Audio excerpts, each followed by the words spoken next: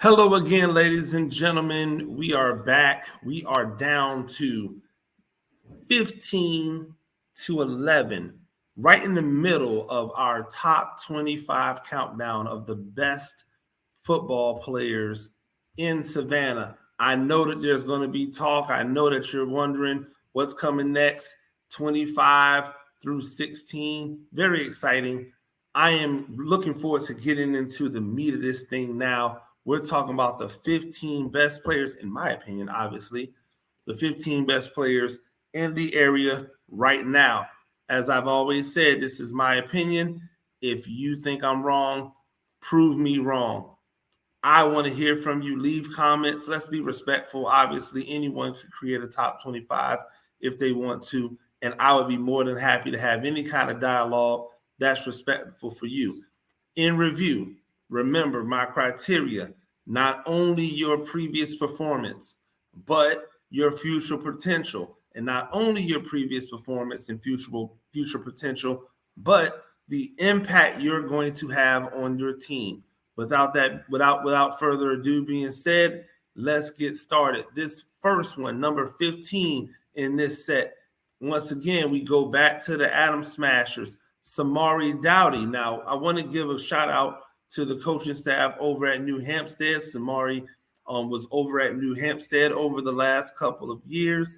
That is where he made a name for himself. And so now Johnson gets to have him for his senior season. I don't usually get into how people transfer or whatever. All I know is that he's there at Johnson now and looking to have a great season for the Adam Smashers. I look at this young man as someone who has an opportunity to be a home run hitter from anywhere on the field. He just has that ability because we know that he has that blink of an eye, lightning quick, 100-meter, 200-meter speed. And so a guy that has that legitimate 100-meter speed, if you let him into the open field, you're not going to catch him. And that's what's scary about a guy like Dowdy, especially when you couple him with the other weapons that Johnson have in the backfield. It could be a situation where this man has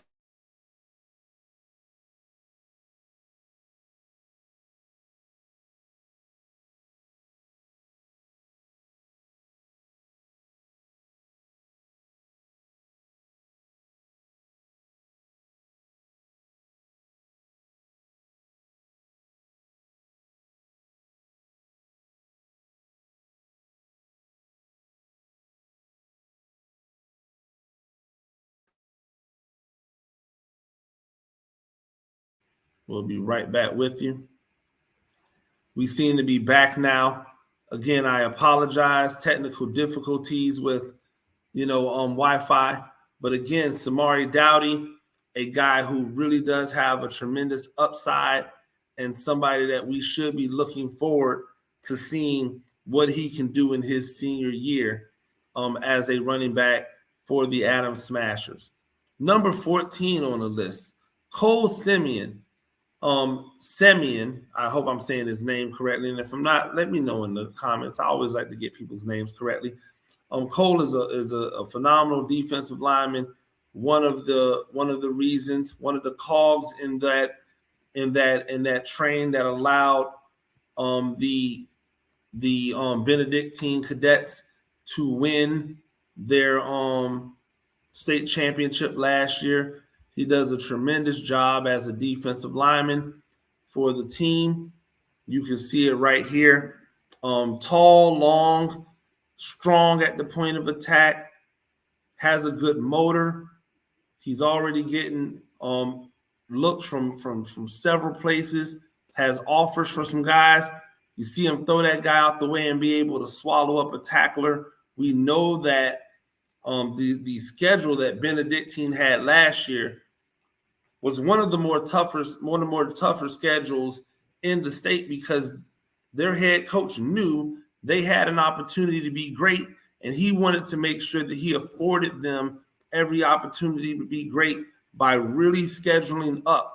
Over the last couple of years, Benedictine has really scheduled well, and their defensive players, their offensive players have all benefited from it. So when you look at film from Simeon, you're not looking at film from him going up against the also-rans of the world. He's going up against legitimate competition, and he's making plays. He's back for his senior year. He is going to be a load. He's got a tough test tonight in Jenkins, who have so many bodies and so many big bodies. They're going to be playing. They're going to be able to throw a lot of weight, at Simeon, and so it'll be interesting to see how he holds up under the pressure of that wing T attack from Jenkins tonight.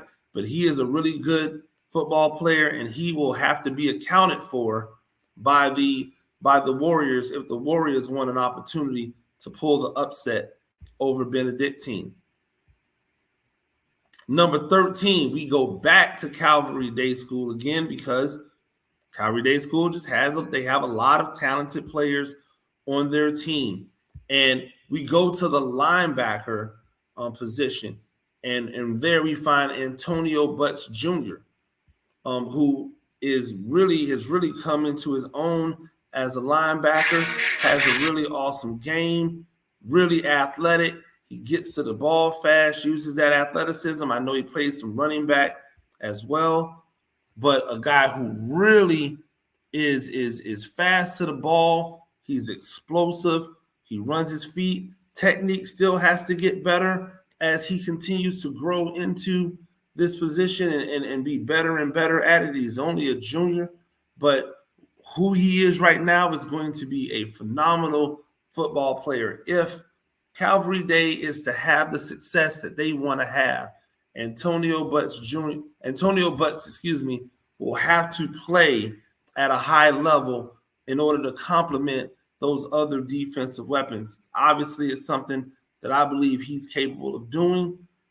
That's why he's on this list right now, pretty high up at number 13. Again, the sky's the limit for this young man. Long, rangy, athletic. There's nothing that he wouldn't be able to do on the football field. But again, going up against this better competition, we look forward to seeing what he'll do in these new waters at 3A. Now, at number 12 is the running back that I believe is the most difficult running back to tackle in Savannah.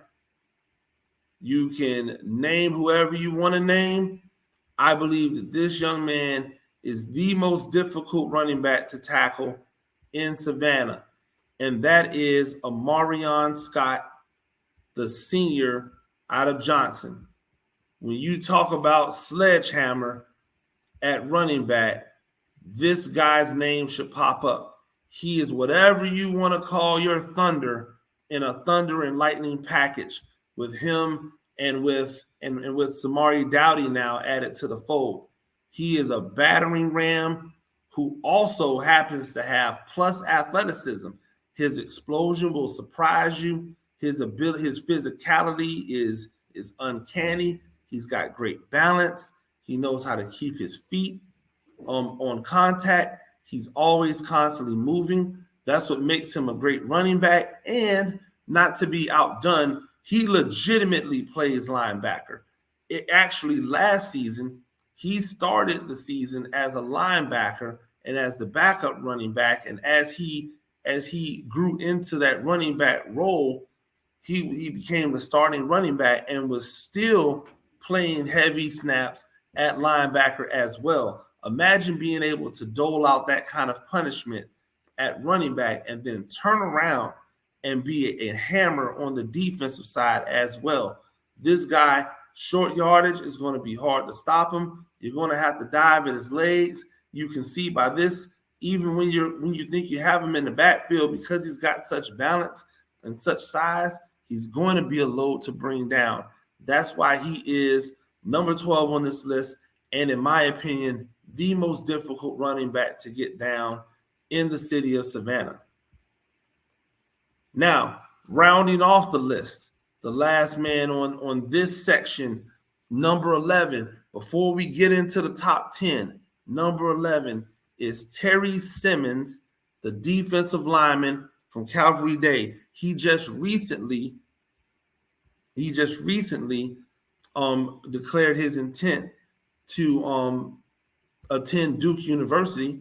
Great opportunity for that young man to go up there and ball out. And so really proud of him, and really looking forward to what he brings to the table in his senior year. Once again, we're back to Calvary Day again, a monster out there. You see him right here playing defensive end in that three-man front. Look at how he explodes off the ball and up through. When he's got his mind right and when he's dialed in and fresh, he is an absolute monster to try to block. And when you have a guy that good, that explosive, it's almost uncanny. He's going to be able to cause a lot of ruckus for a defense. And it'll be because of guys like him that this Calvary Day School team is able to go as far as they have the capabilities of going, because he's going to be someone who has to demand a double team or has to get a chip from a running back or a tight end or something to help, because one-on-one, he is going to be a load to handle. And I look forward to watching him play. I look forward to competing against him, because he's a guy who really is going to be a difference maker. And that's it, ladies and gentlemen. That is 15 through 11. We'll go back through that list one more time. Number 15, Samari Dudley, the running back from Johnson. Number 14, Cole Simeon, a D lineman from Benedictine. Number 13, Antonio Butts, linebacker at Calvary. Number 12, Marion Scott, the running back linebacker from Johnson. And number 11, Terry Simmons, the defensive lineman from Calvary Day School. Make sure that you come back in and check it out. You'll be getting it live at 3 o'clock. We're talking into the top 10, number 10 to number 6. You will not want to miss it. Stay tuned. Make sure that you like. Make sure that you subscribe. I'm Coach Gene Clemens. We'll see you next time.